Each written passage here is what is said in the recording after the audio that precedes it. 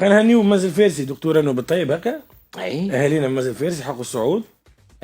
منزل فارسي، نقدم لهم أجمل التهاني. كافة الجماهير راهو بدات الاحتفالات منذ مدة يعني، وهذا مجهود متاع هيئات متعاقبة، ونحب نشكر الهيئة المديرة السناء وعلى رأسها سي مهدي أحمد وكافة أعضاء الهيئة المديرة على المجهودات الجبارة اللي قاموا بها طيلة موسم كامل. آمنوا بحدودهم، صبروا برشا، صبرنا ياسر فيو اللي يكونوا معناتها كانت الملعب مش معشب، وقت اللي تعشب الملعب وتوفر جميع الظروف يعني بدات الكرات تطلع الساحه. ويعني حدث تاريخي، صعود الى يعني بطوله الهواة مستوى اثنين. نهنيوهم وان شاء الله معناتها يواصلوا. فما معناتها لحد هذا اخر مقابله معناتها ان شاء الله دعوه الى كافه الجماهير باش يجوا احتفاليه اي احتفاليه. فما يعني بلاد كامله على وقع هذا الصعود.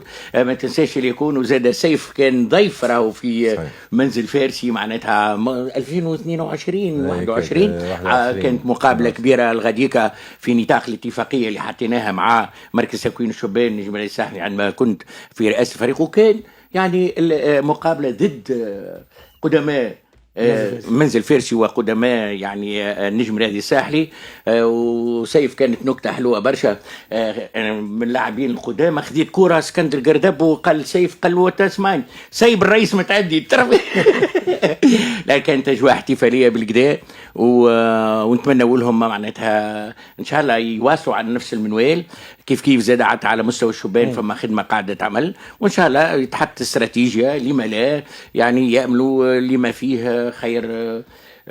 فريق النادي الرياضي المنزل الفارسي فريق عريق تبعث منذ 1980 كما تعرف.